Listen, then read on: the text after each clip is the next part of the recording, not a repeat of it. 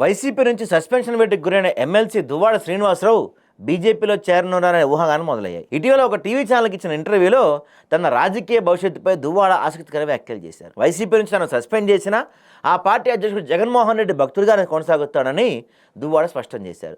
జగన్ నుంచి సొంత జిల్లాకు చెందిన ఇద్దరు నేతలు తనను దూరం చేసిన ఆరోపించారు. ప్రస్తుతం తాను ఇండిపెండెంట్గానే ఉన్నానని, పొజిషన్లోకి వచ్చాక జగన్ వద్దకు వెళ్తానని దువ్వాడ చెప్పారు. అయితే ఇదే సమయంలో ఆయన ప్రేయసి దివ్యల మాధురి మాత్రం అవకాశం వస్తే బీజేపీలోకి వెళ్తామేమో అంటూ చేసిన వ్యాఖ్యలు ఇప్పుడు ఇంట్రెస్టింగ్గా మారాయి. గత ప్రభుత్వంలో ఎమ్మెల్సీగా ఎన్నికైన దువ్వాడ శ్రీనివాసరావు ఏపీ సీనియర్ మంత్రి కింజపు అచ్చెన్నాయుడికి చిరకాల ప్రత్యర్థి. ఈ ఇద్దరు నేరుగా తలపడిన ప్రతిసారి అచ్చెన్నాయుడిదే పై చేయి అవుతుంది. దీంతో గత ప్రభుత్వంలో దువ్వాడకు ఎమ్మెల్సీగా నామినేట్ ప్రోత్సహించారు మాజీ సీఎం జగన్. వైసీపీ అధినేత జగన్కు అత్యంత నమ్మకస్తుగా గుర్తింపు తెచ్చుకున్న అతి కొద్ది మందిలో దువ్వాడ ఒకరు. జగన్ మాటను శిరసావహించే దువ్వాడ గత అసెంబ్లీ ఎన్నికల తర్వాత నాటకీయ పరిణామాలతో వైసీపీ నుంచి సస్పెండ్ అయ్యారు.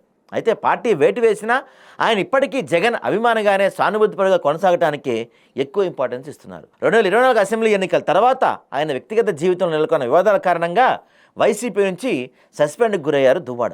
ఆ తర్వాత ఆయన పర్సనల్ లైఫ్ పూర్తిగా ఓపెన్ అయిపోవటం, యూట్యూబ్లో దువ్వాడ వ్యక్తిగత వ్యవహారాల్లో వైరల్ కంటెంట్ అవడంతో ఇటీవల ఆయన బాగా బిజీ అయిపోయారు. ముఖ్యంగా ఆయన ప్రేయసి దివ్యల మాధురితో కలిసి వస్త్ర వ్యాపారంతో పాటు బిగ్ బాస్ సీజన్ 9లో మాధురి ఎంట్రీతో దువ్వాడ జంట సెలబ్రిటీలు అయిపోయారు.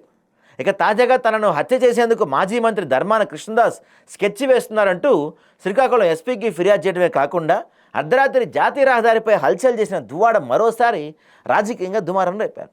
సో ఈ క్రమంలో ఒక టీవీ ఛానల్లో దువ్వాడ ఇంటర్వ్యూ చేసింది. ఈ సందర్భంగా ఆయన మాజీ సీఎం వైఎస్ఆర్తో పాటు ఆయన కుమారుడు వైసీపీ అధినేత జగన్తో సంబంధాల విషయంపై వేసిన ప్రశ్నలకు ఆయన ఇంట్రెస్టింగ్ ఆన్సర్స్ ఇచ్చాడు. తాను కాంగ్రెస్ నుంచి పీఆర్పీలో చేరానని, టెక్కలి ఉప ఎన్నికల్లో ప్రజల తరపున పోటీ చేసిన సమయంలో మాజీ సీఎం వైఎస్ను విమర్శించామని చెప్పినా తాను అలా చేయలేదన్నారు.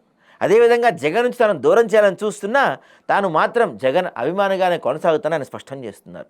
ఇదే సమయంలో కూటమి పార్టీలో ఏ పార్టీలో చేరతానని ప్రశ్నించగా టీడీపీ, జనసేన పార్టీల్లో ఎట్టి పరిస్థితుల్లో చేరనని కుండబద్దలు కొట్టారు దువ్వాడ శ్రీనివాస్.